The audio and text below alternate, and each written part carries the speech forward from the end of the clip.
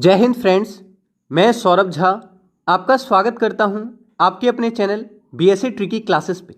आज हम लोग रेलवे के एग्जाम्स में बार बार पूछे जाने वाले स्टैटिक जीके के महत्वपूर्ण सवालों को देखेंगे और साथ ही साथ उन सवालों से जुड़े हुए संभावित प्रश्नों को डिस्कस करेंगे जो रेलवे एनटीपीसी और रेलवे ग्रुप डी के एग्ज़ाम में आपसे पूछे जा सकते हैं। आप सभी से अनुरोध करेंगे कि आप क्लास को सपोर्ट कीजिएगा, क्लास को शेयर कीजिएगा ताकि अधिक संख्या में बच्चे क्लास तक पहुंच सकें। तो चलिए शुरू करते हैं क्लास और देखते हैं हमारा पहला सवाल। Where was the first headquarters of Reserve Bank of India? RBI का पहला मुख्यालय कहाँ था? आंसर कीजिएगा, आरबीआई का पहला मुख्यालय यानी पुराना मुख्यालय कहाँ था? आप जानते हैं आरबीआई के बारे में कि आरबीआई का गठन कब किया गया था। अगर आपसे पूछेगा आरबीआई का गठन कब किया गया था तो आपको याद रखना है कि आरबीआई का गठन 1 अप्रैल 1935 को किया गया था। आरबीआई का गठन 1 अप्रैल 1935 ईस्वी को किया गया था, आपको याद रखना है। और आरबीआई का गठन यंग हिल्टन आयोग की सिफारिश पर किया गया था। तो ये भी पूछता है, आप याद रखेंगे कि आरबीआई का गठन 1 अप्रैल 1935 ईस्वी को किया गया था। यंग हिल्टन आयोग की सिफारिश पर आरबीआई का निर्माण किया गया था। ठीक है, आ रहा है समझ में? इसके अलावा अगर आपसे पूछता है आरबीआई का राष्ट्रीयकरण कब हुआ था तो कमेंट कीजिएगा, आरबीआई का राष्ट्रीयकरण कब हुआ था? तो याद रखेंगे आरबीआई का राष्ट्रीयकरण 1 जनवरी 1949 को हुआ था। याद रखिएगा, आरबीआई का राष्ट्रीयकरण 1 जनवरी 1949 को आरबीआई का राष्ट्रीयकरण किया गया था, आप याद रखिएगा। रिजर्व बैंक भारत का केंद्रीय बैंक है और वर्तमान में इसका हेडक्वार्टर बोलेगा तो आंसर क्या होगा? अगर वर्तमान में बोलता है तो आप याद रखेंगे वर्तमान में हेडक्वार्टर कौन है? मुंबई यानी बंबई।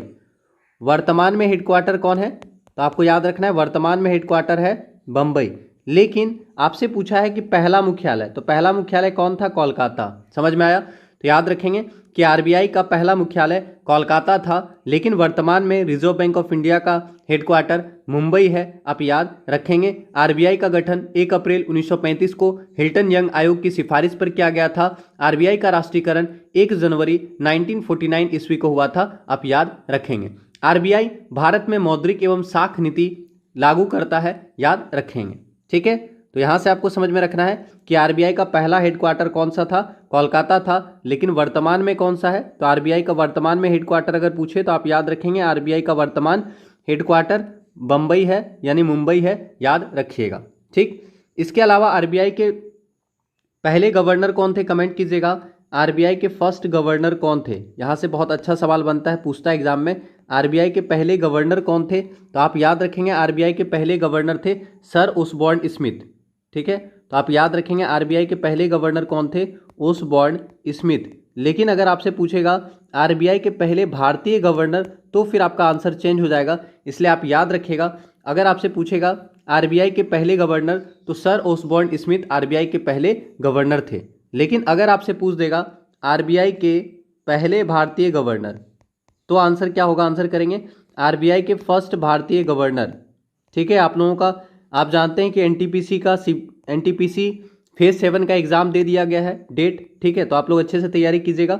भारतीय रिजर्व बैंक के पहले भारतीय गवर्नर कौन थे? तो आपको याद रखना है आरबीआई के पहले भारतीय गवर्नर थे सीडी देशमुख। आया समझ में? तो आप याद रखेंगे आरबीआई के पहले भारतीय गवर्नर कौन थे? सीडी देशमुख आरबीआई के पहले भारतीय गवर्नर थे।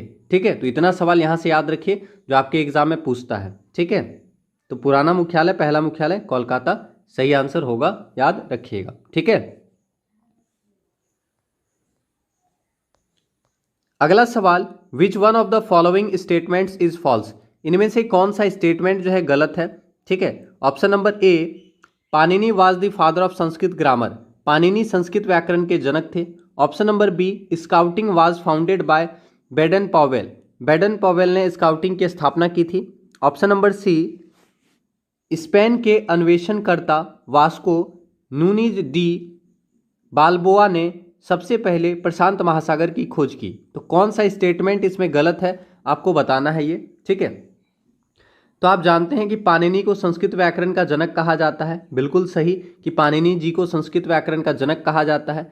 अगला ऑप्शन, स्काउटिंग, याद रखेंगे स्काउटिंग की स्थापना किसने की? तो वेडन पावेल ने स्काउटिंग की स्थापना की थी। तो याद रखिएगा वेडन पावेल ने स्काउटिंग की स्थापना की थी। इसके अलावा प्रशांत महासागर का खोज किसने किया? तो याद रखेंगे वास्को नूनीज डी बाल्बोआ।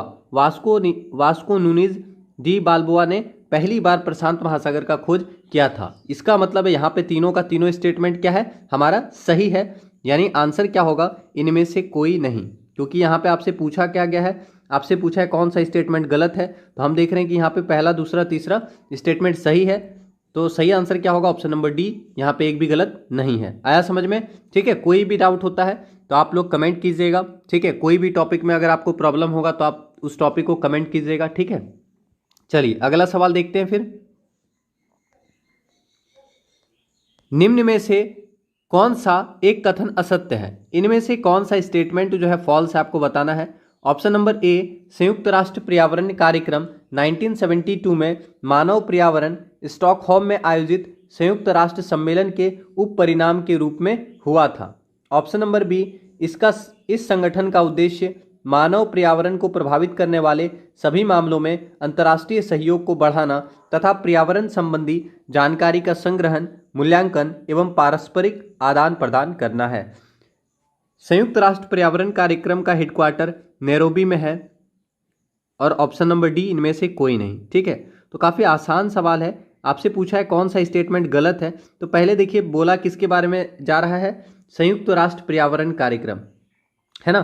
तो संयुक्त राष्ट्र पर्यावरण कार्यक्रम का स्थापना कब हुआ था? 1972 में। बिल्कुल सही, संयुक्त राष्ट्र पर्यावरण कार्यक्रम की स्थापना 1972 में की गई थी, याद रखिएगा। और यहाँ पे ये भी समझना है कि मानव पर्यावरण की रक्षा के लिए स्टॉकहोम में आयोजित हुआ था संयुक्त राष्ट्र सम्मेलन, उसी के परिणाम के फलस्वरूप संयुक्त राष्ट्र पर्यावरण कार्यक्रम का स्थापना हुआ था। तो याद क्या रखेंगे कि संयुक्त राष्ट्र पर्यावरण कार्यक्रम की स्थापना 1972 ईस्वी में हुई थी। और इसका उद्देश्य क्या होता है? पर्यावरण कार्यक्रम है तो आप आराम से समझ सकते हैं कि संयुक्त राष्ट्र पर्यावरण कार्यक्रम का मुख्य उद्देश्य मानव पर्यावरण को प्रभावित करने वाले सभी मामलों में अंतर्राष्ट्रीय सहयोग को बढ़ाना तथा पर्यावरण संबंधी जानकारी का संग्रहण, मूल्यांकन एवं पारस्परिक आदान प्रदान करना है। तो यहाँ से याद यही रखना है कि संयुक्त राष्ट्र पर्यावरण कार्यक्रम का स्थापना 1972 में हुआ और इसका हेडक्वार्टर नैरोबी में है। आया समझ में? बाकी तो आप समझ ही सकते हैं, काफ़ी आसान है। तो संयुक्त राष्ट्र पर्यावरण कार्यक्रम स्थापना 1972, हेडक्वार्टर नैरोबी, आप याद रखिएगा। आया समझ में? ठीक है, तो यहाँ पे एक भी स्टेटमेंट गलत नहीं है, इसका मतलब ऑप्शन नंबर डी आपका सही आंसर होगा। ठीक है, who is called modern Gandhi? आधुनिक गांधी किन्हें कहा जाता है? तो कमेंट कीजिएगा, आधुनिक गांधी किन्हें कहा जाता है? ठीक है, तो काफ़ी अच्छा सवाल है। आधुनिक गांधी या मॉडर्न गांधी किन्हें कहा जाता है? ठीक है, मॉडर्न गांधी किन्हें कहा जाता है? तो आंसर करेंगे मॉडर्न गांधी किन्हें कहा जाता है। ठीक है, तो याद रखना है बाबा आमटे। बाबा आमटे को मॉडर्न गांधी कहा जाता है। तो याद रखेंगे बाबा आमटे को क्या कहा जाता है? तो बाबा आमटे को मॉडर्न गांधी कहा जाता है, आप याद रखिएगा। आधुनिक गांधी की संज्ञा दी गई है, बाबा आमटे जी को आप याद रखेंगे। ठीक है, अब देखिए यहाँ पे कुछ आपको थोड़ा सा सवाल बताते हैं। वैसे उपाधि तो काफ़ी आसान होता है। अगर आपसे पूछेगा गुरुदेव किनको कहा जाता है, आपको पता है? गुरुदेव जानते हैं आप लोग कि रविन्द्रनाथ टैगोर को कहा जाता है ना। तो गुरुदेव कहा जाता है टैगोर को। किसने कहा? गुरुदेव कहा किसने? आपको याद है? गांधी जी ने। ठीक है, तो आपको याद रखना है गांधी जी ने रविन्द्रनाथ टैगोर जी को क्या कहा? गुरुदेव कहा। तो आपको बस यही याद रखना है, गुरुदेव कहा किसने? तो गांधी जी ने कहा, क्योंकि आप जान ही रहे हैं कि गुरुदेव रविन्द्रनाथ टैगोर जी को कहा जाता है। ठीक है, नहीं जान रहे हैं तो याद रखेंगे कि रविन्द्रनाथ टैगोर को गुरुदेव कहा। तो यहाँ हम लिख दे रहे हैं टैगोर को, जगह नहीं है तो टैगोर जी को गुरुदेव किसने कहा? तो आपको याद रखना है टैगोर जी को गुरुदेव कहा गांधी जी ने। आया समझ में? अगर आपसे पूछेगा महात्मा किसने कहा, तो महात्मा किसे कहा जाता है? गांधी जी को कहा गया है महात्मा गांधी, है ना। तो महात्मा कहा, महात्मा किसे कहा, किसने कहा? तो आपको याद रखना है टैगोर जी ने कहा। ठीक है, तो ये सब सवाल पूछेगा तो आप याद रखेंगे कि टैगोर जी ने महात्मा कहा था गांधी जी को। समझ में आया? तो महात्मा गांधी, आया समझ में? तो महात्मा कहा टैगोर जी ने, याद रखेंगे। नेताजी किसने कहा? अब नेताजी किसे कहा जाता है आप सभी जानते हैं। सुभाष चंद्र बोस जी को नेताजी कहा। तो नेताजी कहा किसने? तो एडोल्फ हिटलर ने। समझ में आया? तो बस आपको यही याद रखना है कि हिटलर ने नेताजी कहा, ज़्यादा कंफ्यूज क्रिएट नहीं करना है। ठीक है, नेताजी कहा किसने? हिटलर ने, आप याद रखेंगे। ठीक है, सरदार पूछेगा। आप जानते हैं वल्लभ भाई पटेल जी को सरदार कहा। बारदोली की महिलाओं ने, बारदोली सत्याग्रह हुआ था, बारदोली आंदोलन हुआ था 1928 ईस्वी में, वहीं पर बारदोली की महिलाओं ने वल्लभ भाई पटेल जी को सरदार की उपाधि दी थी। अगर ऑप्शन में बारदोली की महिलाएं नहीं रहेगा तो आपको आंसर क्या करना है, गांधी जी। आया समझ में? ठीक है, याद रखिएगा। और अगर आपसे पूछेगा देश रत्न, ये लिख लीजिएगा कि देश रत्न किनको कहा जाता है, देश रत्न किनको कहा जाता है, और अजात शत्रु किनको कहा जाता है, याद होगा ही आपको। तो देश रत्न और अजात शत्रु, देश रत्न और अजात शत्रु किसने कहा, याद है?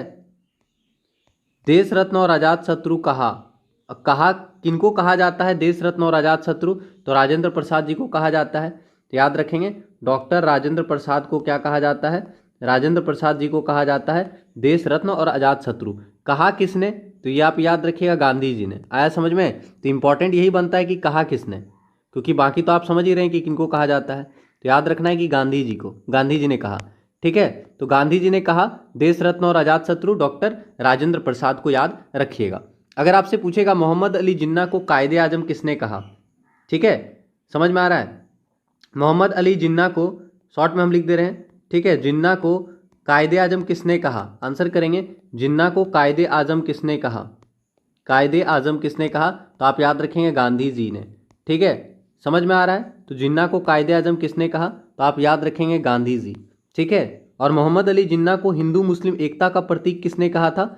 सरोजनी नायडू ने। तो ये भी कभी पूछता है कि हिंदू मुस्लिम एकता का प्रतीक किन्हें कहा गया है, तो मोहम्मद अली जिन्ना को हिंदू मुस्लिम एकता का प्रतीक कहा था सरोजनी नायडू ने। ठीक है, याद रखिएगा। और कायदे आजम कहा था गांधी जी ने।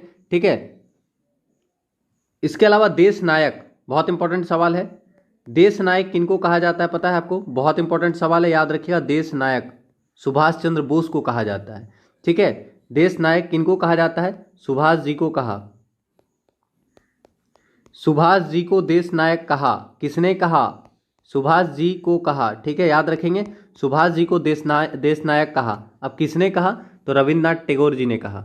ठीक है, तो याद रखेंगे, टैगोर जी ने सुभाष जी को क्या कहा? देश नायक कहा। आया समझ में? तो याद रखेंगे, देश नायक किनको कहा जाता है? देश नायक सुभाष चंद्र बोस को कहा जाता है, और रविन्द्रनाथ टैगोर जी ने उनको ये नाम दिया था। विवेकानंद जी को आप जानते हैं कि स्वामी विवेकानंद है ना, तो उनको महाराजा खेत्री ने विवेकानंद कहा था, आप याद रखिएगा। ठीक है, महाराजा खेत्री ने स्वामी विवेकानंद को नाम दिया था, याद रखेंगे। महात्मा गांधी को राष्ट्रपिता, तो आप जानते हैं कि सुभाष चंद्र बोस जी ने राष्ट्रपिता कहा है महात्मा गांधी को। और राजा राम मोहन राय जी को राजा किसने कहा, यानी राम मोहन राय को राजा किसने कहा? अकबर द्वितीय ने राम मोहन राय को राजा कहा था। आया समझ में? तो ये सवाल जो है, देश नायक किनको कहा जाता है? सुभाष जी को देश नायक कहा जाता है। किसने कहा? तो रविन्द्रनाथ टैगोर जी ने कहा था, याद रखिएगा। ठीक है, तो आधुनिक गांधी किन्हें कहा जाता है? तो बाबा आमटे को मॉडर्न गांधी कहा जाता है, आप याद रखिएगा। समझ में आ गया? याद रखेंगे। अगला सवाल, शहीद दिवस कब मनाया जाता है? आंसर कीजिएगा, शहीद दिवस कब मनाया जाता है? ठीक है, तो काफ़ी अच्छा सवाल है। आप सभी जानते हैं कि शहीद दिवस कब मनाया जाता है। ठीक है, तो सही आंसर क्या होगा? 30 जनवरी, बिल्कुल सही, याद रखेंगे 30 जनवरी। 30 जनवरी को शहीद दिवस मनाया जाता है। 30 जनवरी को बहुत सारे दिवस मनाया जाता है। एक तो शहीद दिवस मनाया जाता है 30 जनवरी को, इसके अलावा आपको याद रखना है 30 जनवरी को सर्वोदय दिवस मनाया जाता है। क्या मनाया जाता है? सर्वोदय दिवस मनाया जाता है। सर्वोदय दिवस मनाया जाता है 30 जनवरी को। ठीक है, कुष्ठ निवारण दिवस कब मनाया जाता है? तो आपको याद रखना है कुष्ठ निवारण दिवस भी 30 जनवरी को मनाया जाता है। समझ में आ गया? तो कुष्ठ निवारण दिवस 30 जनवरी, सर्वोदय दिवस 30 जनवरी, और शहीद दिवस 30 जनवरी। आया समझ में? तो ये तीनों याद रखिएगा, इंपॉर्टेंट सवाल बनेगा आपका। ठीक है, अब देखिए 1 जनवरी लिखा हुआ है, तो 1 जनवरी को क्या मनाया जाता है? ठीक है, कमेंट कर दीजिएगा। 15 जनवरी देखिए बहुत इंपॉर्टेंट है, थल सेना दिवस, याद कर लीजिएगा, बहुत इंपॉर्टेंट सवाल है। थल सेना दिवस 15 जनवरी, याद रखेंगे। थल सेना दिवस कब मनाया जाता है? तो 15 जनवरी को हम लोग थल सेना दिवस सेलिब्रेट करते हैं। 9 जनवरी आप जानते हैं, 9 जनवरी 1915 को गांधी जी अफ्रीका से भारत लौटे थे, इसलिए 9 जनवरी को हम लोग क्या मनाते हैं? प्रवासी भारतीय दिवस मनाते हैं, याद है ना? तो याद रखना है 9 जनवरी को क्या मनाया जाता है? प्रवासी भारतीय दिवस। क्यों? क्योंकि गांधी जी 9 जनवरी 1915 को भारत आए थे, प्रवासी भारतीय दिवस। ठीक है, और गांधी जी अफ्रीका कब गए थे? तो गांधी जी 1893 ईस्वी में गांधी जी अफ्रीका गए थे और 1915 में गांधी जी भारत आए थे 9 जनवरी के दिन। ठीक है, आ गया समझ में? तो थल सेना दिवस 15 जनवरी को मनाया जाता है, आपको याद रखना है। और 9 जनवरी को प्रवासी भारतीय दिवस। कुछ इंपॉर्टेंट दिवस आपको बता रहे हैं जो आपके एग्जाम में आ सकता है, ध्यान से फटाफट रिवीजन कीजिएगा, क्योंकि आप लोग जितना ज़्यादा पढ़िएगा उससे ज़्यादा आपको रिवीजन करने का जरूरत है। जितना ज़्यादा रिवीजन कीजिएगा उतना आपको फायदा होगा। ठीक है, तो कुछ इंपॉर्टेंट सवाल हम लोग देखते हैं। अगर आपसे पूछेगा भारत पर्यटन दिवस कब मनाया जाता है? 25 जनवरी। 25 जनवरी को भारत पर्यटन दिवस मनाया जाता है और 25 जनवरी को नेशनल वोटर्स डे मनाया जाता है। क्यों? क्योंकि 25 जनवरी 1950 को निर्वाचन आयोग का गठन हुआ था। रिलेट करके पढ़ेंगे हमेशा।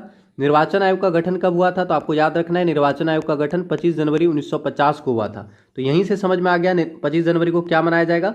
राष्ट्रीय मतदान दिवस मनाया जाता है। तो आप याद रखिएगा, राष्ट्रीय मतदान दिवस कब मनाया जाता है? तो 25 जनवरी को हर एक साल राष्ट्रीय मतदान दिवस मनाया जाता है। और 25 जनवरी को ही क्या मनाया जाता है? तो आप याद रखेंगे भारत पर्यटन दिवस।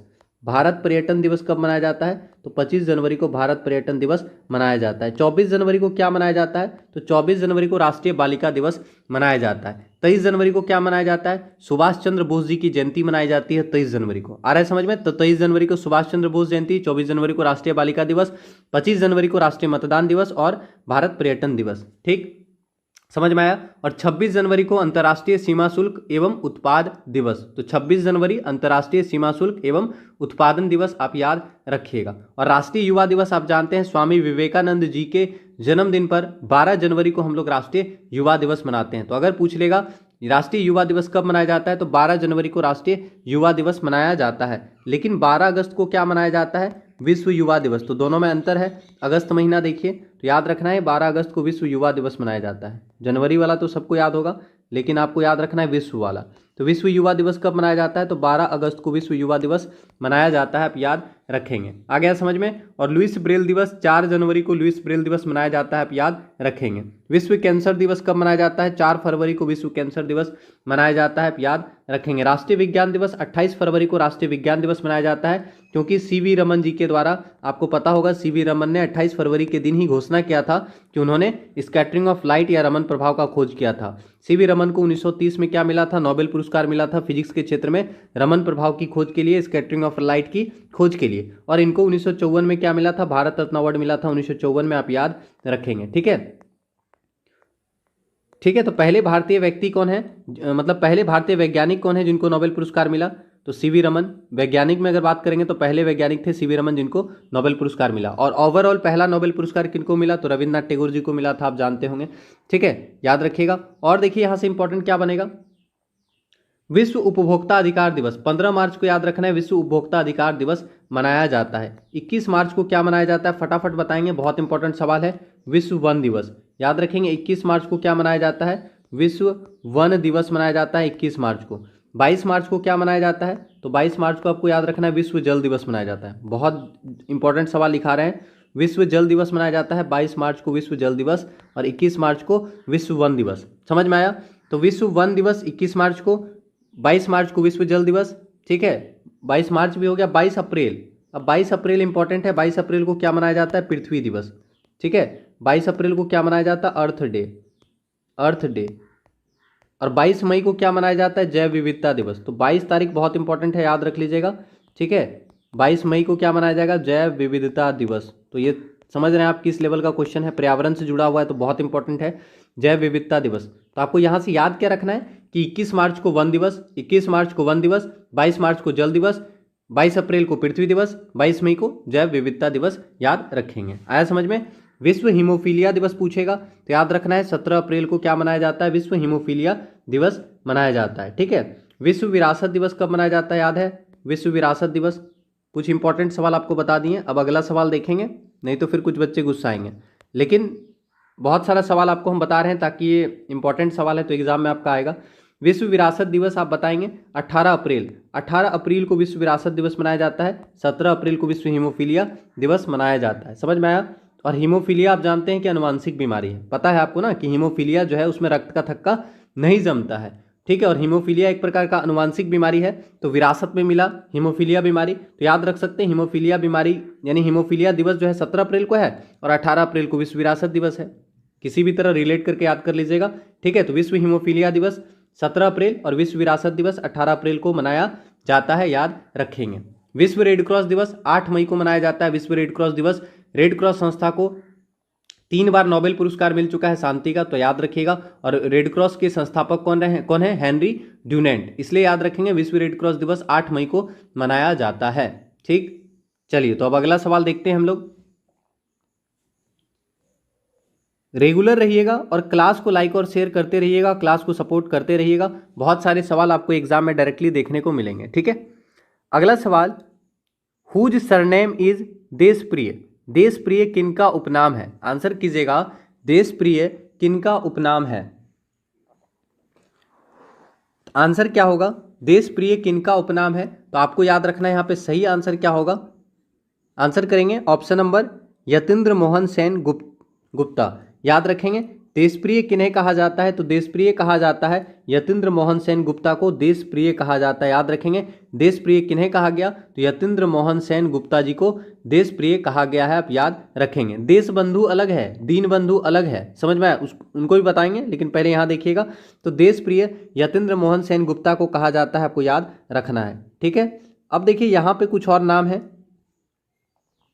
चित्तरंजन दास को क्या कहा जाता है? तो देश बंधु कहा जाता है। क्या कहा जाता है? चित्तरंजन दास कौन थे आपको पता है? सुभाष चंद्र बोस जी के राजनीतिक गुरु कौन थे? CR दास, समझ में आया?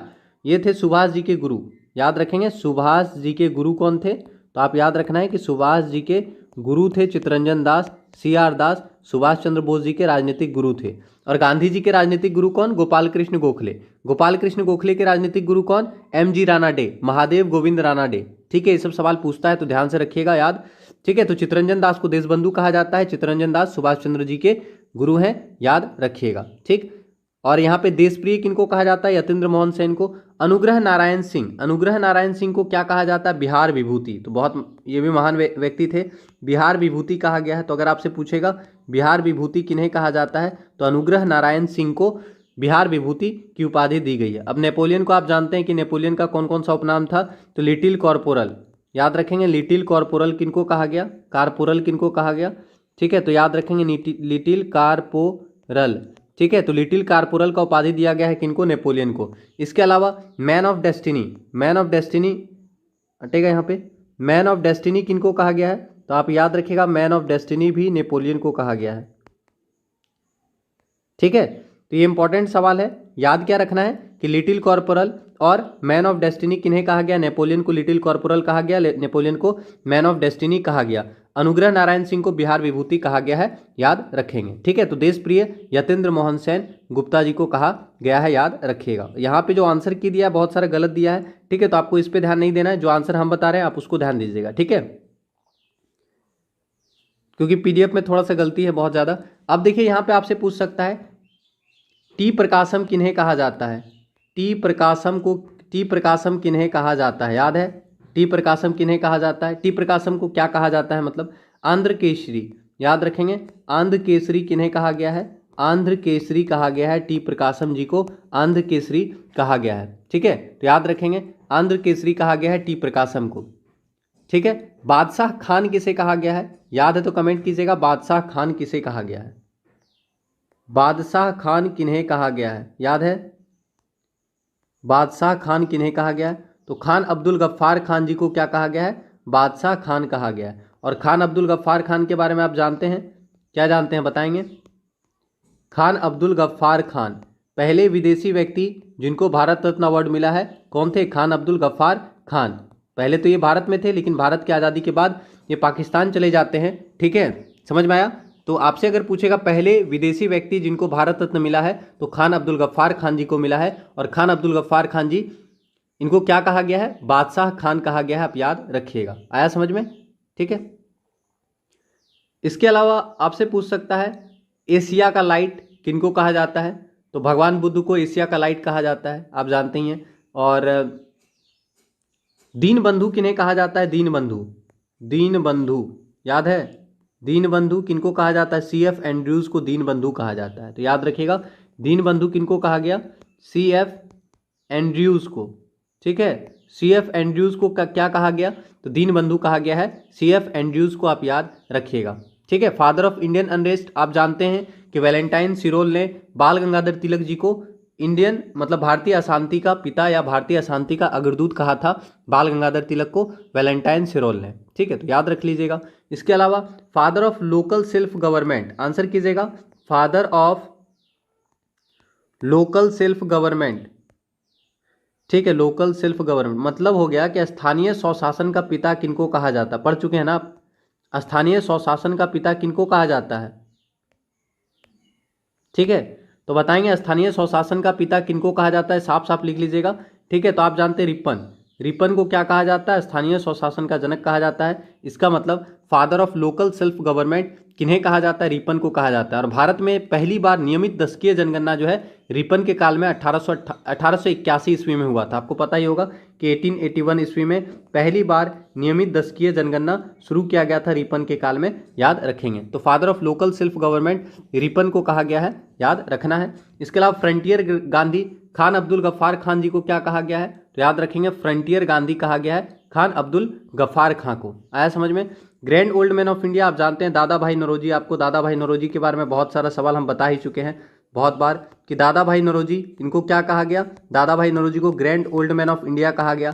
दादा भाई नौरोजी को भारतीय राजनीति का पितामह कहा जाता है। तो ये सवाल आप लिखेंगे क्योंकि ग्रैंड ओल्ड मैन आप सब जानते हैं, लेकिन आपको ये याद रखना है कि भारतीय राजनीति का पितामह किन्हें कहा जाता है। तो आप याद रखेंगे भारतीय राजनीति का पितामह दादा भाई नौरोजी को कहा जाता है। इसके अलावा आप जानते हैं ब्रिटिश संसद से चुने जाने वाले एकमात्र भारतीय व्यक्ति कौन थे, या ब्रिटिश संसद में चुने जाने वाले पहले भारतीय व्यक्ति कौन थे, दादा भाई नौरोजी। दादा भाई नौरोजी पारसी धर्म के थे। दादा भाई नौरोजी ने इंडियन नेशनल कांग्रेस शब्द दिया। आईएनसी शब्द किसने दिया, तो इंडियन नेशनल कांग्रेस शब्द किसने दिया, या इंडियन नेशनल कांग्रेस नाम किसने दिया, तो दादा भाई नौरोजी ने इंडियन नेशनल कांग्रेस शब्द दिया था, याद रखेंगे। दादा भाई नौरोजी ने पहली बार भारत में राष्ट्रीय आय का आकलन किया था। दादा भाई नौरोजी ने पहली बार भारत में राष्ट्रीय आय और प्रति व्यक्ति आय का आकलन किया था। दादा भाई नौरोजी ने धन निष्कर्षण का सिद्धांत दिया था। आपको पता होगा दादा भाई नौरोजी ने धन निष्कर्षण का सिद्धांत दिया था, ठीक है, याद रखिएगा। और इंडियन नेशनल कांग्रेस के सबसे वृद्ध अध्यक्ष कौन थे, दादा भाई नौरोजी थे, ठीक है। Poverty and un British rule in India पुस्तक के लेखक कौन है, दादा भाई नौरोजी हैं। तो आप रिलेट करके ऐसे पढ़िएगा, ठीक है। जो भी महान व्यक्ति हैं जैसे गांधी जी, दादा भाई नौरोजी, जवाहरलाल नेहरू, ठीक है, और भगत सिंह, ठीक है, जो भी हैं सबको आपको क्या करना है, रिलेट करके पढ़ना है। तो उससे क्या होगा, आपका रिवीजन होगा। यहाँ से बहुत सारा सवाल आपको पूछा जाएगा, मॉडर्न हिस्ट्री से बहुत सवाल पूछता है एग्जाम में, ठीक है, समझ में आया। और अगर आपसे पूछेगा भारत का आइंस्टीन किन्हें कहा जाता है, तो आप जानते हैं नागार्जुन जी को भारत का आइंस्टीन कहा गया है। इंडियन बिस्मार्क किन्हें कहा गया है, तो सरदार वल्लभ भाई पटेल जी को। जैसे पटेल जी को बहुत सारा नाम है, ठीक है, तो कैसे याद करेंगे। अब पटेल लिखे हैं यहाँ पे, हम पटेल जी लिखें, तो यहाँ पे सिर्फ एक चीज़ को याद नहीं करना है कि इनको सिर्फ आयरन मैन ऑफ इंडिया कहा जाता है, लोह पुरुष कहा जाता है, ऐसा नहीं होना चाहिए, ठीक है, लोह पुरुष। अब हम लोह पुरुष करके छोड़ देंगे तो क्या होगा, आप भूल जाइएगा अगला चीज़। इनका बहुत सारा नाम है, जैसे लोह पुरुष सबको पता होगा। भारत का बिस्मार्क इनको कहा जाता है। अब एग्जाम में ये पूछ देगा तो आप क्या कीजिएगा, ठीक है, तो आपको याद रखना होगा भारत का बिस्मार्क किन्हें कहा जाता है, तो भारत का बिस्मार्क कहा जाता है सरदार पटेल को। भारत में एकीकरण का जनक किनको कहा जाता है, सरदार पटेल को। आया समझ में। तो उतना हम लिख नहीं सकेंगे, आप याद रखिए लोह पुरुष सरदार पटेल को कहा जाता है, भारत का बिस्मार्क सरदार पटेल को कहा जाता है, ठीक है। इसके अलावा भारत में एकीकरण का जनक किनको कहा जाता है, सरदार पटेल को कहा जाता है। सरदार पटेल जयंती कब मनाया जाता है, 31 अक्टूबर को राष्ट्रीय एकता दिवस मनाया जाता है, 31 अक्टूबर को सरदार पटेल जयंती मनाया जाता है, 31 अक्टूबर को इंदिरा गांधी जी की पुण्यतिथि मनाई जाती है। समझ में आया। ऐसे करके आप रिलेट करके पढ़िएगा, आपको फायदा होगा। भारत का बिस्मार्क कहा गया किनको, सरदार पटेल को, और इनको सरदार भी कहा गया है। आ गया समझ में, ठीक है। तो चलिए अब अगला सवाल देख लेते हैं, देख लें। एक सवाल और याद रखिएगा, इंडियन प्रेस का मुक्तिदाता किन्हें कहा जाता है, कमेंट कर दीजिएगा। इंडियन प्रेस का मुक्तिदाता किसे कहा जाता है, इंडियन प्रेस का, ठीक है, मुक्तिदाता किसे कहा जाता है, याद है। तो याद रखना है, इंडियन प्रेस का मुक्तिदाता कहा जाता है चार्ल्स मेटकाफे को। किनको कहा जाता है, चार्ल्स मेटकाफे को इंडियन प्रेस का मुक्तिदाता कहा जाता है। आप याद रखिएगा, चार्ल्स मेटकाफे को भारतीय प्रेस का मुक्तिदाता कहा जाता है, ठीक है। तो क्लास को फटाफट लाइक और शेयर कर दीजिए ताकि क्लास को थोड़ा सा सपोर्ट मिल सके, ठीक है। चलिए अगला सवाल देखें। स्वर्ण जयंती ग्राम स्वरोजगार योजना, आंसर करना है स्वर्ण जयंती ग्राम स्वरोजगार योजना। Option number A was launched on April 1, 1999 का शुभारंभ 1 अप्रैल 1999 को हुआ। यानी स्वर्ण जयंती ग्राम स्वरोजगार योजना का शुभारंभ 1 अप्रैल 1999 को हुआ। ठीक है, अगला option, under this scheme the centre state amount ratio was kept at 75:25। इस योजना के अंतर्गत केंद्र राज्य की राशि का अनुपात 75:25 रखा गया। बिल्कुल सही। द ग्रुप इम्फेसाइजेज एडॉप्शन, समूह रीति अपनाने पर बल दिया गया, तो ये भी सही है। यानी आपसे पूछा था कौन सा स्टेटमेंट यहाँ पे सही है, तो आपको याद यही रखना है कि स्वर्ण जयंती ग्राम स्वरोजगार योजना 1 अप्रैल 1999 को शुभारंभ किया गया था और इस योजना के अंतर्गत राज्यों और शहरों का जो अनुपात है या फिर केंद्र और राज्य का अनुपात, ऐसे बोलेंगे कि 1 अप्रैल 1999 को स्वर्ण जयंती ग्राम स्वरोजगार योजना लॉन्च किया गया था और इस योजना के अंतर्गत केंद्र और राज्य की राशि का अनुपात 75:25 रखा गया, या फिर ऐसे भी बोल सकता है। ठीक है, 3:1। समझ में आया ना? तो वही चीज़ है, रखा गया था, याद रखिएगा। तो यहाँ पे क्या होगा, आपका तीनों स्टेटमेंट सही है, यानी ऑल ऑफ द एबव हो जाएगा, याद रखिएगा। आ गया समझ में? अच्छा, एक सवाल है, बताइएगा, आपसे पूछते हैं एक सवाल। ठीक है, आपसे पूछेगा भारत का मार्टिन लूथर किन्हें कहा जाता है? याद है तो कमेंट कीजिएगा, भारत का मार्टिन लूथर किन्हें कहा जाता है। पूछ देगा ये सवाल तो बहुत सारे बच्चे हो जाएंगे, यहीं पे दिक्कत हो जाएगा उनको। भारत का मार्टिन लूथर किन्हें कहा जाता है? तो स्वामी दयानंद सरस्वती। ठीक है, तो अब स्वामी दयानंद सरस्वती को रिलेट करेंगे। आप जानते हैं आर्य समाज की स्थापना किसने की? तो स्वामी दयानंद सरस्वती ने 1875 ईस्वी में आर्य समाज की स्थापना की थी, आपको याद रखना है। सत्यार्थ प्रकाश पुस्तक के लेखक कौन है? स्वामी दयानंद सरस्वती। ठीक है, वेदों की ओर लौटो का नारा किसने दिया? स्वामी दयानंद सरस्वती जी ने। समझ में आया? तो मार्टिन लूथर, भारत का मार्टिन लूथर स्वामी दयानंद सरस्वती को कहा जाता है। ठीक, आया समझ में? चलिए अब अगला सवाल देख लेते हैं। विच one of the following pairs is correctly matched? इनमें से कौन सा युग्म सुमेलित है? ठीक है, तो आंसर कीजिएगा, कौन सा युग्म सुमेलित है आपको बताना है। ठीक है, तो कौन सा युग्म यहाँ पे सुमेलित है? विक्रम साराभाई स्पेस सेंटर बता रहा है कि विक्रम साराभाई स्पेस सेंटर श्रीहरिकोटा में है, तो आपको लग रहा है सही है? कौन सा ऑप्शन सही है बताइएगा। Option number B, ISRO satellite centre Thumba. Option number C, SHAR centre. SHAR centre मतलब समझ में आया? सतीश धवन स्पेस सेंटर बता रहा है, कहाँ पे है? बेंगलुरु में। Option number C, space application centre, कहाँ पे है? अहमदाबाद में, ऐसा यहाँ पे बता रहा है। तो कौन सा स्टेटमेंट यहाँ पे सही है वो आपको बताना है। ठीक है, बहुत इंपॉर्टेंट सवाल है। ठीक है, लेकिन ये थोड़ा सा हार्ड करके पूछा है, लेकिन काफ़ी इंपॉर्टेंट सवाल है, आप समझ रहे हैं। आंसर बताइएगा, आंसर क्या होगा। देखिए, तो यहाँ पे एक ही स्टेटमेंट सही था, कौन सा? स्पेस एप्लीकेशन सेंटर अहमदाबाद में है। क्या है? स्पेस एप्लीकेशन सेंटर पूछेगा तो आपको याद रखना है अहमदाबाद में है, बाकी सब में उल्टा फुल्टा लिखा हुआ है। ठीक है, तो अब यहाँ पे उल्टा फुल्टा लिखा हुआ है तो इसको सही करना है हम लोग को। अगर आपसे पूछेगा विक्रम साराभाई स्पेस सेंटर, तो विक्रम साराभाई स्पेस सेंटर कहाँ पे है? यहाँ पे देखिए लिखा है श्रीहरिकोटा। श्रीहरिकोटा तो आंध्र प्रदेश में है, ये गलत हो जाएगा। विक्रम साराभाई स्पेस सेंटर कहाँ पे है? तो आपको याद रखना है तिरुवनंतपुरम। कहाँ पे? तिरुवनंतपुरम में है। ठीक है, तो याद रखेंगे तिरुवनंतपुरम। कहाँ पे है ये? त्रिवेंद्रम। ठीक है, तो आपसे पूछेगा विक्रम साराभाई स्पेस सेंटर कहाँ पे है? तो विक्रम साराभाई स्पेस सेंटर तिरुवनंतपुरम त्रिवेंद्रम में है। ठीक है, तो राइटिंग थोड़ा खराब हो रहा है, उसके लिए माफ़ी चाहेंगे। तो याद रखिएगा विक्रम साराभाई स्पेस सेंटर तिरुवनंतपुरम त्रिवेंद्रम में है। ठीक है, आया समझ में? अगला देखते हैं इसरो। अब इसरो कब से थुम्बा में होने लगा? ये तो ऐसे ही गलत है। ठीक है, इसरो का आप जानते हैं गठन कब किया गया था? कमेंट कीजिएगा, बहुत बार पढ़े हैं इसरो का गठन कब किया गया था। इसरो का हेडक्वार्टर बेंगलोर है, आप जानते हैं ना, इसरो का हेडक्वार्टर बेंगलोर में है। ठीक है, बेंगलोर को स्पेस सिटी कहा जाता है। बेंगलोर को क्या कहा जाता है? स्पेस सिटी कहा जाता है। बेंगलोर को इलेक्ट्रॉनिक सिटी कहा जाता है। ठीक है, और इसरो का गठन कब हुआ था? तो 15 अगस्त 1969 को इसरो का गठन हुआ था। बहुत बार आपको बताए हैं, 15 अगस्त 1969 को इसरो का गठन हुआ था। ठीक है, अब ये 1969 साल बहुत इंपॉर्टेंट है, थोड़ी देर बाद नीचे में बताएंगे अभी। ठीक है, तो याद रखना इसरो का गठन 15 अगस्त 1969 को हुआ था। इसरो का हेडक्वार्टर बेंगलोर में, आप याद रखिएगा। अब देखिए यहाँ पे लिखा है SHAR। ठीक है, SHAR का मतलब होता है सतीश धवन स्पेस सेंटर। अब सतीश धवन स्पेस सेंटर कहाँ पे है? आपको पता है कि सतीश धवन स्पेस सेंटर बेंगलुरु में नहीं है, सतीश धवन स्पेस सेंटर है श्रीहरिकोटा द्वीप पर।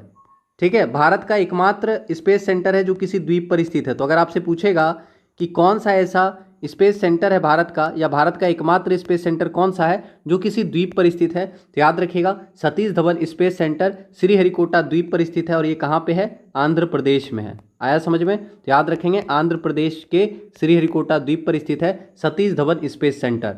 ठीक, आया इस समझ में? तो यहाँ पे तीनों स्टेटमेंट गलत था, आप याद रखिएगा एकमात्र स्टेटमेंट ये सही है, याद रखिएगा। ठीक है, अब देखिए थोड़ा सा आपको हम नीचे यहाँ पे बता रहे हैं कुछ इंपॉर्टेंट सवाल। 1969 साल क्यों आपके लिए इंपॉर्टेंट है? टारगेट करके पढ़ना है, जो साल इंपॉर्टेंट है उसको आप, जैसे यहाँ से आपका 5-6 सवाल एग्जाम में बहुत पूछता है। पहला, एक तो 15 अगस्त 1969 को क्या हुआ? इसरो का गठन हुआ। तो इसरो का गठन कब हुआ? तो आप याद रखेंगे 1969 को इसरो का गठन होता है, पहला सवाल। ठीक है, आपसे पूछेगा मान बुकर पुरस्कार कब से दिया जा रहा है? मान बुकर आप समझ सकते हैं, मान बुकर पुरस्कार। ठीक है, तो आपसे पूछेगा मान बुकर पुरस्कार जो कि साहित्य के क्षेत्र में दूसरा सबसे बड़ा पुरस्कार है नोबेल के बाद, तो मान बुकर प्राइज कब से दिया जा रहा है? तो याद रखना है मान बुकर पुरस्कार 1969 से दिया जा रहा है। दादा साहब फाल्के अवार्ड, आप समझ रहे हैं दादा साहब फाल्के अवार्ड, ठीक है, फिल्म के क्षेत्र में दिया जाता है, ये भी बहुत बड़ा पुरस्कार होता है, आपको पता है। तो दादा साहेब फाल्के अवार्ड या दादा साहब फाल्के अवार्ड कब से दिया जाता है? तो आपको याद रखना है दादा साहब फाल्के अवार्ड 1969 से दिया जा रहा है। आ रहा है समझ में? 14 बैंकों का राष्ट्रीयकरण कब किया गया था? याद है? आया याद? 14 बैंकों का राष्ट्रीयकरण, जगह ही कम पड़ गया यहाँ पे। 14 बैंकों का राष्ट्रीयकरण कब किया गया था? तो आपको याद रखना है 14 बैंकों का राष्ट्रीयकरण जो है 1969 में किया गया था। आ रहा है समझ में? 14 बैंकों का राष्ट्रीयकरण कब किया गया था? 1969 में किया गया था, याद रखिएगा। इसके अलावा इकोनॉमिक्स का नोबेल पुरस्कार पहली बार कब दिया गया था? तो इकोनॉमिक्स का नोबेल पुरस्कार, वैसे तो आप जानते हैं कि नोबेल पुरस्कार 1901 से दिया जा रहा है, लेकिन इकोनॉमिक्स का नोबेल पुरस्कार शुरू कब होता है? 1969 में शुरू होता है। तो पहली बार इकोनॉमिक्स का नोबेल पुरस्कार 1969 में दिया गया था। आया समझ में?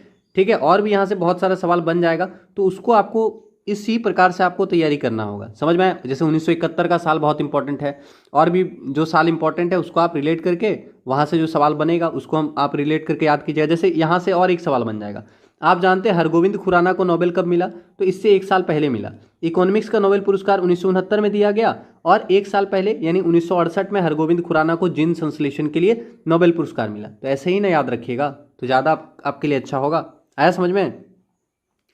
ठीक है, तो इतना सवाल यहाँ से याद रखेंगे। अब देखिए एक और सवाल आपको बता रहे हैं यहाँ पे, Indira Gandhi centre for atomic research centre कहाँ पे है, या फिर कल्पकम कहा जाता है? तो कल्पकम कहाँ पे है? तो आपको याद रखना है कल्पकम तमिलनाडु में है, और इसी का नाम है इंदिरा गांधी परमाणु, ठीक है, इंदिरा गांधी परमाणु अनुसंधान संस्थान। तो कल्पकम कहाँ पे है? TN मतलब तमिलनाडु में है। बार्क आप जानते हैं भाभा एटॉमिक रिसर्च सेंटर कहाँ पे है? बार्क पूछेगा तो बार्क याद रखना है ट्राम्बे, ट्राम्बे कहाँ पे? मुंबई में है।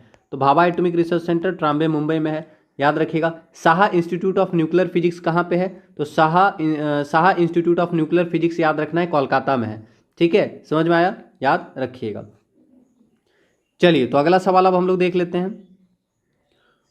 Whose work is the book called Good Earth? Good Earth नामक पुस्तक की रचना, मतलब गुड अर्थ नामक पुस्तक के लेखक कौन है? आंसर कीजिएगा, गुड अर्थ नामक पुस्तक के लेखक कौन है? तो आप याद रखेंगे Pearl S Buck, Pearl S Buck ji के द्वारा लिखित पुस्तक है गुड अर्थ। गुड अर्थ पुस्तक के लेखक पर्ल एस बक, याद रखिएगा। Where is the headquarters of Indian rare एस लिमिटेड? भारतीय रेयर अंश लिमिटेड का मुख्यालय कहाँ है? तो आंसर करेंगे भारतीय रेयर अंश लिमिटेड का हेडक्वार्टर कहाँ पे है? तो पहले भी ये सवाल बता चुके हैं आपको, तो आंसर कीजिएगा भारतीय रेयर अंश लिमिटेड का मुख्यालय कहाँ पे है? तो मुंबई में है भारतीय रेयर अंश लिमिटेड का हेडक्वार्टर, याद रखना है। ठीक है, census organisation comes under which ministry? जनगणना संगठन किस मंत्रालय के अंतर्गत आता है? ठीक है, तो आंसर कीजिएगा जनगणना संगठन किस मंत्रालय के अंतर्गत आता है?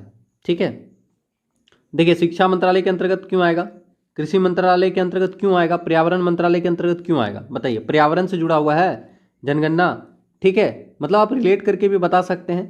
तो यहाँ पे एक तरफ से तो जनगणना तो पर्यावरण से जुड़ा हुआ है, जनसंख्या बढ़ेगा तो पर्यावरण डिस्ट्रॉय होगा, मतलब इफेक्ट तो पड़ता है। लेकिन जनगणना संगठन याद रखना, ऑप्शन से भी आप बता सकते हैं कि मिनिस्ट्री ऑफ होम अफेयर से जुड़ा हुआ है, गृह मंत्रालय से जुड़ा है जनगणना संगठन। ठीक है, कृषि से, शिक्षा मंत्रालय और पर्यावरण से नहीं जुड़ा है, याद रखेंगे। ठीक है, और आप जानते हैं अगर जनसंख्या बढ़ेगा तो क्या होगा? ऑटोमेटिक पर्यावरण को नुकसान पहुंच रहा है, आप जान ही रहे हैं। ठीक है, आ गया समझ में? आंसर क्या होगा? जनगणना संगठन किस मंत्रालय के अंतर्गत आता है? गृह मंत्रालय के अंतर्गत आता है। ठीक है। When was the western Ghat declared A UNESCO world heritage site? पश्चिमी घाट को यूनेस्को के विश्व विरासत स्थल में किस साल शामिल किया गया था? तो पहली बात आपसे ये बताना चाहेंगे, यूनेस्को के द्वारा जितने भी विश्व विरासत स्थल हैं आप सभी को अच्छे से याद रखिएगा कि कहाँ पे है वो। जैसे ताजमहल कहाँ पे है, तो ताजमहल तो बहुत आसान है, लेकिन बहुत सारा यूनेस्को का स्थल है जो आपसे एग्जाम में डायरेक्टली पूछेगा। ठीक है, तो आप उसको याद रखेंगे और साथ में कुछ जो इंपॉर्टेंट है उसको ईयर भी आपको याद रखना होगा जो लेटेस्ट होगा। तो यहाँ आंसर कीजिएगा, आंसर क्या होगा? ठीक है, तो पश्चिमी घाट को यूनेस्को ने विश्व विरासत स्थल में कब शामिल किया? याद आया?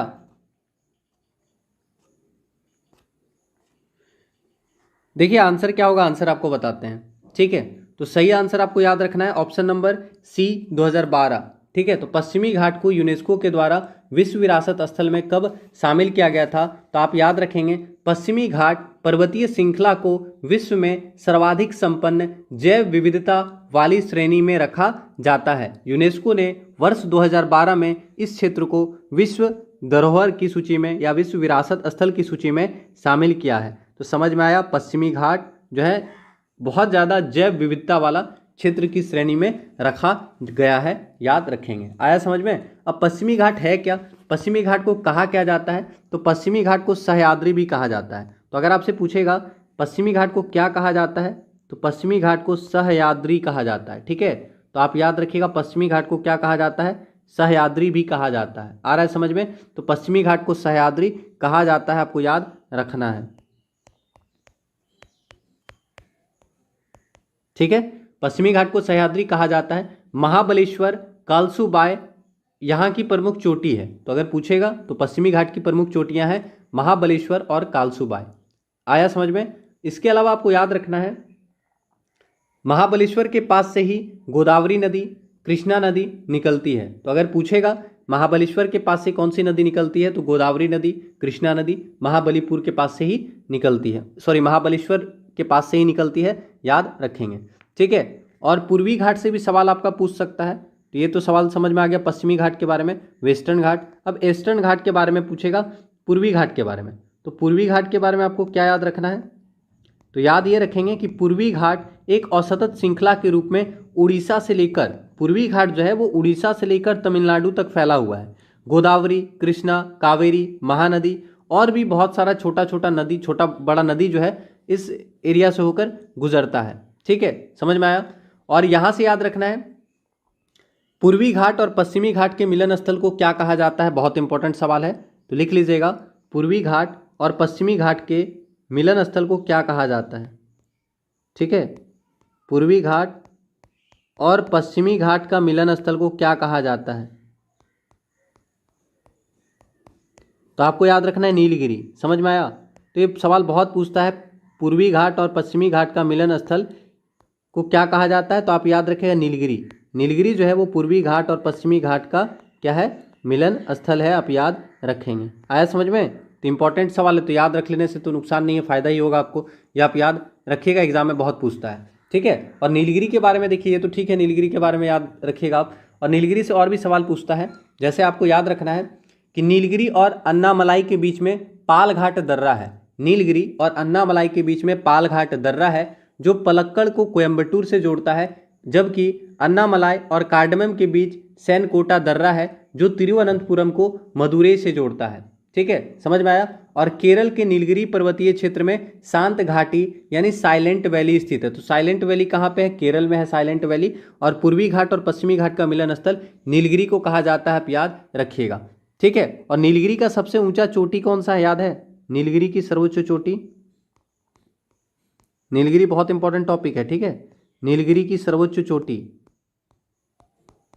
नीलगिरी की सर्वोच्च चोटी आपको याद रखना है दोदा बेटा। क्या है? तो आप याद रखेंगे नीलगिरी की सर्वोच्च चोटी कौन सी है? डोडा बेटा। नीलगिरी की सबसे ऊंची चोटी का नाम है डोडा बेटा, आप याद रखेंगे। ठीक है, आया समझ में? और यहीं पे याद रखना है कि नीलगिरी की सबसे ऊंची चोटी है दोदा बेटा। प्रसिद्ध पर्यटन स्थल उडगम मंडलम या ऊटी। ऊटी कहाँ स्थित है? तो नीलगिरी की पहाड़ी पर ऊटी स्थित है। आ गया समझ में? तो ऊटी पूछेगा तो याद रखेंगे ऊटी नीलगिरी पहाड़ी में स्थित है। अन्नामलाई पर्वत की चोटी है अन्नायमुडी, जो कि प्रायद्वीपीय पठार एवं दक्षिण भारत की सबसे ऊंची चोटी है। तो अगर ये पूछेगा नीलगिरी की सबसे ऊंची चोटी, तो दोदा बेटा नीलगिरी की सबसे ऊंची चोटी है। ठीक है, ये सवाल क्यों बता रहे हैं, बहुत इंपॉर्टेंट है। अगर आपसे पूछेगा दक्षिण भारत की सबसे ऊंची चोटी, दक्षिण भारत की सबसे ऊंची चोटी, आंसर करेंगे दक्षिण भारत की सबसे ऊंची चोटी। तो कौन सी है दक्षिण भारत की सबसे ऊंची चोटी? आपको याद रखना है अन्नामुडई। ठीक है, दक्षिण भारत की सबसे ऊंची चोटी है अन्नाईमुडी, जो कि अन्नामलाई पर्वत पर है। तो अन्नाईमुडी दक्षिण भारत की सबसे ऊंची चोटी है। आप याद रखेंगे किस पर्वत पे है ये? तो अन्नाईमलाई पर्वत पे है। ठीक है, समझ में आ गया? तो ये सब सवाल आप याद रखिएगा, एग्जाम में कभी भी पूछ सकता है, बहुत इंपॉर्टेंट सवाल बनता है ये। ठीक है, अगला सवाल, Vansadhara river dispute between which states. Answer कीजिएगा वंशधारा नदी विवाद किन दो राज्यों के बीच में है? तो वंशधारा नदी विवाद किन दो राज्यों के बीच में है, आपको बताना है आंसर। ठीक है, तो आंसर होगा क्या? वंशधारा नदी विवाद किन दो राज्यों के बीच में है? तो आंसर कीजिएगा, सही आंसर क्या होगा? उड़ीसा और आंध्र प्रदेश। तो याद रखिएगा वंशधारा नदी विवाद उड़ीसा और आंध्र प्रदेश के बीच में है, वंशधारा नदी विवाद। आ गया समझ में? और अगर पूछेगा कावेरी नदी विवाद, कावेरी नदी जल विवाद, तो ये तो बहुत पूछता है कावेरी नदी जल विवाद। तो कावेरी नदी जल विवाद पूछता है एग्जाम में, और आप भूलिएगा नहीं, कैसे याद रखिएगा? तो कावेरी नदी जल विवाद किनके बीच में होता है? और साउथ इंडियन में क्या होता है, आपको नाम में कन्फ्यूजन होगा कि कर्नाटक है कि केरल है, समझ में आ रहा है ना? वहाँ पे कन्फ्यूजन होता है। तो आपको मेनली याद कैसे रखना है, देखिए यहाँ कर्नाटक से कौन है?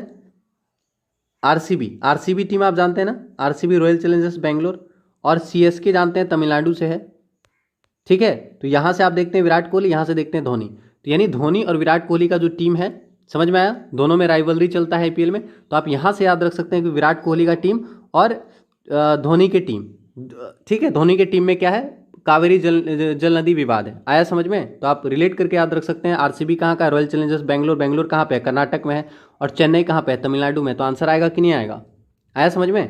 तो आप याद रख सकते हैं आरसीबी और सीएसके दोनों के बीच में क्या है? आईपीएल में राइवलरी चलता है, और उन्हीं दोनों के बीच में कावेरी नदी जल विवाद है। ठीक है, और उड़ीसा और आंध्र प्रदेश के बीच में वंशधारा नदी विवाद याद रखिएगा किसके बीच में है? तो उड़ीसा और आंध्र प्रदेश के बीच में वंशधारा नदी जल विवाद है, याद रखिएगा। ठीक है, अगला सवाल, विच of the following pairs is not correctly matched. इनमें से कौन सा पेयर जो है वो सही से मैच्ड नहीं है, आपको बताना है। ठीक है, तो केएफसी का पूरा नाम क्या है? Kentucky fried chicken. ठीक है, तो केएफसी का फुल फॉर्म क्या है? Kentucky fried chicken. ये सही है, पढ़ा चुके हैं ये सवाल आपको। आरआईएल का फुल फॉर्म क्या होता है? रिलायंस इंडस्ट्रीज लिमिटेड। ये भी सही है। ऑप्शन नंबर सी, डीकेएनवाई का फुल फॉर्म क्या होता है? डोना करन न्यूयॉर्क। ये यहाँ लिख दिया है। ठीक है, तो ये डी नंबर यहाँ पे होगा। ठीक है, डी नंबर यहाँ पे होगा, और ये सी को ही दोबारा लिखा हुआ है, तो आप समझ सकते हैं इतना। डीकेएनवाई का फुल फॉर्म क्या होगा? डोना करन न्यूयॉर्क। आप याद रखिएगा। तो तीन ऑप्शन तो पहला सही है, पहला दूसरा तीसरा सही है, तो चौथा ऑप्शन जो होगा वो गलत होगा। यानी टीसीएस का फुल फॉर्म जो लिखा है ये गलत लिखा हुआ है, आपको याद रखना है। सही समझ में आया? ठीक है, अगला सवाल, निम्नलिखित युग्मों में कौन सा सुमेलित नहीं है? तो सवाल लग रहा है फिर से रिपीटेड है। KFC, Kentucky fried chicken, RIL Reliance Industries Limited, DKNY Donna Karan न्यूयॉर्क। ठीक है, तो पहला तीन सही है, और टीसीएस का फुल फॉर्म जो है यहाँ पे ये गलत है, आप याद रखिएगा। आ गया समझ में? ठीक है, which of the following is the state animal of Andhra Pradesh. Andhra Pradesh का राजकीय पशु है। आंसर कीजिएगा, इनमें से कौन आंध्र प्रदेश का राजकीय पशु है? ठीक है, तो आंध्र प्रदेश का राजकीय पशु कौन सा होगा? Black bug. याद रखेंगे, अगर एग्जाम में ब्लैक बग दे दिया तो बढ़िया बात है, और ब्लैक बग नहीं देगा तो फिर देगा कृष्ण मृग। तो याद रखेंगे आंध्र प्रदेश का राजकीय पशु क्या है? कृष्ण मृग या फिर ब्लैक बग, याद रखेंगे। आया समझ में? तो आंध्र प्रदेश का राजकीय पशु बोलेगा तो ब्लैक बग या कृष्ण मृग आप याद रखिएगा। ठीक है, और कांजीरंगा नेशनल पार्क के बारे में आप जानते हैं, एक सींग वाला गेंडा कहाँ पाया जाता है? Kaziranga national park. आसाम में है कांजीरंगा नेशनल पार्क, आसाम में है मानस वन्यजीव अभ्यारण्य, आसाम में है ओरंग नेशनल पार्क। समझ में आ रहा है? ठीक है, चलिए तो अगला सवाल देखते हैं हम लोग। अब देखिए यहाँ पे आंसर की में गलत लिखा है पीडीएफ में, ठीक है, तो पीडीएफ पे ध्यान नहीं देना है, हम जो आंसर बता रहे हैं उसको आप ध्यान दीजिएगा, ठीक है, क्योंकि पीडीएफ में बहुत सारा गलती है यहाँ पे आंसर में, तो आपको ध्यान नहीं देना है, ठीक है। अगला सवाल, what is the name of the character of Mahabharata who was blessed with divine vision to watch the war of Mahabharata and he use to see the scene of the incident of the battle to be sighted king Dhritarashtra, ठीक है। तो महाभारत के उस चरित्र का नाम आपको बताना है जिसे महाभारत का युद्ध को देखने के लिए देवीय दृष्टि का आशीर्वाद प्राप्त हुआ था और वह दृश्य देखकर दृष्टिविहीन राजा धृतराष्ट्र को युद्ध के घटनाक्रम का वृत्तांत सुनाते हैं। तो बहुत आसान सवाल है, ठीक है। तो महाभारत तो बहुत बार देख चुके हैं हम लोग, है ना। तो आंसर क्या होगा, आंसर बताएंगे संजय। आप जानते हैं संजय, है ना, संजय के पास इतना पावर रहता है कि वो मतलब राजमहल में रहते हुए भी पूरा महाभारत को देख सकते हैं कि महाभारत में क्या क्या हुआ, और वो सारा घटना वो अपने राजा धृतराष्ट्र को बताते हैं, ठीक है। तो याद रखिएगा सही आंसर क्या होगा, संजय, ठीक है। अब देखिए यहाँ पे आंसर गलत लिख दिया है, दुशाला लिख दिया है, ठीक है, तो आप समझ रहे हैं ये गलत आंसर होगा, ठीक है। Amartya Sen is famous in the region, मतलब अमर्त्य सेन किस क्षेत्र में प्रसिद्ध हैं। तो आप सभी जानते हैं अमर्त्य सेन किस क्षेत्र में प्रसिद्ध है, आंसर कीजिएगा, अमर्त्य सेन किस क्षेत्र में प्रसिद्ध हैं, ठीक है। तो आप जानते हैं कि नोबेल पुरस्कार मिल चुका है अमर्त्य सेन को, नोबेल पुरस्कार मिल चुका है, कब मिला है, 1998 में, ठीक है। जितने भी भारतीय मूल के व्यक्ति हैं जिनको नोबेल पुरस्कार मिला है या फिर जिनको मान बुकर पुरस्कार मिला है, उनका आपको याद रखना है, ठीक है, समझ में आ रहा है, बहुत पूछता है सवाल। तो अमर्त्य सेन को 1998 में नोबेल पुरस्कार मिला है अर्थशास्त्र के क्षेत्र में। तो आप याद रखेंगे अमर्त्य सेन को 1998 में कल्याणकारी अर्थशास्त्र के लिए इकोनॉमिक्स का नोबेल पुरस्कार मिला था। पहला नोबेल पुरस्कार रविन्द्रनाथ टैगोर 1913 ईस्वी में गीतांजलि पुस्तक के लिए, दूसरी बार नोबेल पुरस्कार मिला, मतलब दूसरा नोबेल पुरस्कार किनको मिला, सीवी रमन को 1930 में मिला था, आप जानते हैं रमन प्रभाव के लिए। हरगोविंद खुराना जी के बारे में भी आपको बता दिए कि 1969 में इकोनॉमिक्स का नोबेल पुरस्कार पहली बार मिला, उसके जस्ट एक साल पहले यानी 1968 में हरगोविंद खुराना को कृत्रिम जीन संश्लेषण के लिए नोबेल पुरस्कार मिला। आया समझ में, तो रिलेट करके पढ़िएगा। इसके बाद मदर टेरेसा को मिलता है, तो अब मदर टेरेसा जी को भी रिलेट करके पढ़िएगा, बहुत बार आपको हम बता चुके हैं, ठीक है। तो मदर टेरेसा को कब नोबेल मिला और इनको भारत रत्न भी मिला है। तो आपको याद क्या रखना है कि नोबेल पुरस्कार मिला, उसके जस्ट एक साल के बाद इनको भारत रत्न अवार्ड मिलता है। इतना आपको माइंड में रखना होगा कि इनको नोबेल पुरस्कार जब मिला उनके एक साल के बाद भारत रत्न मिला। नोबेल इनको कब मिला, 1979 में नोबेल मिला। भारत रत्न कब मिला, 1980 में भारत रत्न मिला। एग्जाम में क्या होगा, अगर आप ऐसे याद रखेंगे तो कन्फ्यूजन नहीं होगा। अगर आप सिर्फ ये याद रखिएगा कि नोबेल पुरस्कार 1979 में मिला, तो फिर भारत रत्न एग्जाम में पूछेगा तो आपका छूट जाएगा। समझ में आया।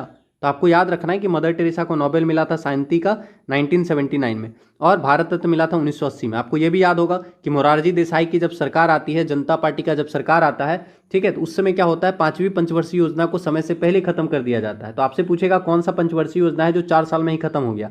तो 5वीं पंचवर्षीय योजना को 4 साल में ही खत्म कर दिया जाता है। भारत रत्न अवार्ड को भी बंद कर दिया जाता है जब जनता पार्टी आती है। समझ में आया।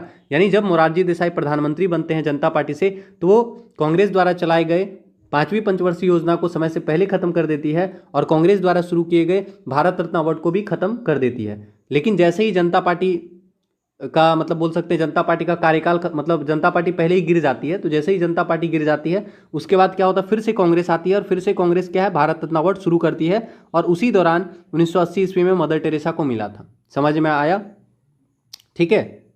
और कांग्रेस पार्टी से ही पहले थे मोरारजी देसाई, लेकिन बाद में कांग्रेस पार्टी छोड़ के वो अपना जनता पार्टी में जाते हैं। मोरारजी देसाई से बहुत सवाल बनता है, आप जानते हैं, आपसे पूछेगा कि सबसे अधिक बार बजट पेश किसने किया। मोरारजी देसाई ने सबसे अधिक बार 10 बार बजट पेश किया है। मोरारजी देसाई ने सबसे अधिक 10 बार बजट पेश किया है।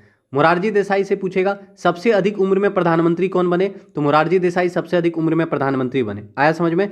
बोलेगा प्रधानमंत्री के पद से इस्तीफा देने वाले पहले व्यक्ति कौन थे, तो प्रधानमंत्री के पद से इस्तीफा देने वाले पहले व्यक्ति कौन थे, मोरारजी देसाई। आया समझ में। भारत रत्न अवार्ड को बंद किसने किया, मोरारजी देसाई। 5वीं पंचवर्षीय योजना को बंद किसने किया, मोरारजी देसाई। रोलिंग प्लान किसके समय में आया, मोरारजी देसाई। तो इसी तरह का बहुत सारा सवाल आपके पास आएगा, एग्जाम में बहुत बार पूछता है, ठीक है। पहले गैर कांग्रेसी प्रधानमंत्री कौन, मोरारजी देसाई। आ रहा है समझ में। एकमात्र ऐसे व्यक्ति कौन जिनको भारत रत्न और निशान पाकिस्तान दोनों अवार्ड मिला है?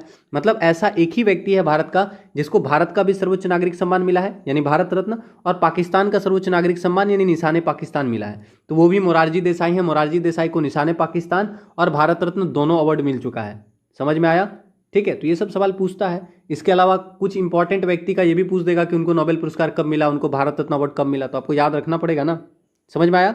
तो मदर टेरेसा को 1979 में नोबेल और 1980 में भारत रत्न अवार्ड मिला, याद रखिएगा। इसके अलावा चंद्रशेखर सुब्रमण्यम, आपको बहुत बार बता चुके हैं कि 1983 में इंडिया वर्ल्ड कप जीतता है और उसी साल चंद्रशेखर जी जो है वो बहुत ज़्यादा खुश होते हैं और उनकी खुशी का सीमा नहीं रहता है, और इसी प्रकार सुब्रमण्यम चंद्रशेखर जो है चंद्रशेखर सीमा का खोज करते हैं 1983 में, और इसके लिए उन्हें फिजिक्स का नोबेल पुरस्कार मिला। तो अब देखिए, वर्ल्ड कप भारत जीता था 1983 में, तो सब लोग खुश थे, तो जब सुब्रमण्यम चंद्रशेखर भी बहुत ज़्यादा खुश हो गए और उन्होंने चंद्रशेखर सीमा का खोज कर दिया और 1983 में उनको क्या मिला? नोबेल मिल गया। आया समझ में? और अमर्त्य सेन को 1998 में कल्याणकारी अर्थशास्त्र के लिए नोबेल मिला। वी.एस. नॉयपॉल लिख देते हैं क्योंकि ये बहुत इंपॉर्टेंट पर्सनैलिटी हैं, क्योंकि इनको मान बुकर पुरस्कार भी मिल चुका है। तो आपसे पूछेगा, ठीक है, भारतीय मूल के पहले लेखक कौन है जिनको मान बुकर मिला है? तो वी.एस. नॉयपॉल। ठीक है, समझ में आया? तो वी.एस. नॉयपॉल भारतीय मूल के पहले व्यक्ति हैं जिन्हें मान बुकर मिला है। तो पूछेगा इनको मान बुकर कब मिला है वी.एस. नॉयपॉल को? याद है तो बताएंगे। ठीक है, तो आप याद रखिएगा कि वी.एस. नॉयपॉल को 1971 में मान बुकर मिला। अब 1971 में भारत पाकिस्तान के बीच में युद्ध हुआ, 1971 में भारत में दूसरी बार राष्ट्रीय आपातकाल लगा, 1971 में बांग्लादेश आज़ाद हुआ, 1971 में इंदिरा गांधी को भारत रत्न मिला, 1971 में कल्पकम परमाणु अनुसंधान केंद्र या इंदिरा गांधी परमाणु अनुसंधान केंद्र तमिलनाडु में स्थापित हुआ। समझ में आया? तो आपको रिलेट करके याद रखना होगा ना, तो याद रहेगा कि 1971 में ही मान बुकर पुरस्कार मिलता है वी.एस. नॉयपॉल को। तो याद रखेंगे, भारतीय मूल के पहले लेखक जिनको मान बुकर पुरस्कार मिला था कौन थे? V S. Naipaul. In a free state पुस्तक के लिए इन्हें मान बुकर पुरस्कार मिला था। सारा हम लिख नहीं सकते हैं, तो आपको रेगुलर रहना होगा तो ही आपको याद होगा। इन अ फ्री स्टेट पुस्तक के लिए मान बुकर पुरस्कार किन्हें मिला था?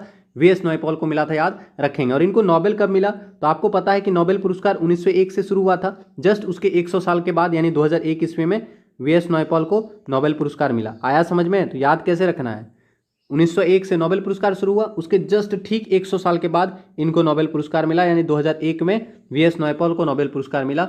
याद रखिएगा। आया समझ में? तो इतना सवाल याद रखिए। बाकी आप जानते हैं कैलाश सत्यार्थी और मलाला यूसुफजई दोनों को संयुक्त रूप से 2014 में शांति का नोबेल पुरस्कार मिला था। ठीक है, मलाला यूसुफजई सबसे कम उम्र में नोबेल पुरस्कार पाने वाली व्यक्ति हैं। ठीक है, याद रखिएगा। आगे समझ में? तो यहाँ से बहुत सारा सवाल पूछता है। ठीक है, तो इतना ही सवाल था। उम्मीद करेंगे आज का सेशन आपको अच्छा लगा होगा, तो आप सेशन को लाइक कीजिएगा और साथ ही साथ क्लास को सपोर्ट करेंगे, ताकि इसी प्रकार और भी सेशन आपके लिए ला सकें। और आप लोगों से आग्रह करेंगे, रेलवे एनटीपीसी और रेलवे ग्रुप डी के साथ साथ एसएससी एमटीएस, एसएससी जीडी का क्लास भी आप देखें। और अगर आपके पास अगर प्लस कोर्स अगर आपको लेना है तो आप प्लस कोर्स भी ले सकते हैं। जल्द ही जीके का आप लोगों के लिए प्लस कोर्स भी आने वाला है, तो उम्मीद करेंगे अगर आपको मन होगा तो आप ले सकते हैं। ठीक है, वैसे यूट्यूब पे आप क्लास देखें तो ये भी बहुत अच्छा है आपके लिए। ठीक है, कोई भी डाउट होगा, किसी भी टॉपिक में प्रॉब्लम होगा, तो हम आप सबसे आग्रह करेंगे आप लोग कमेंट कीजिएगा। ठीक है, तो इसी के साथ आपसे विदा लेते हैं। आप सभी का तहे दिल से धन्यवाद करेंगे। जय हिंद, जय भारत, जय बीएसए, धन्यवाद।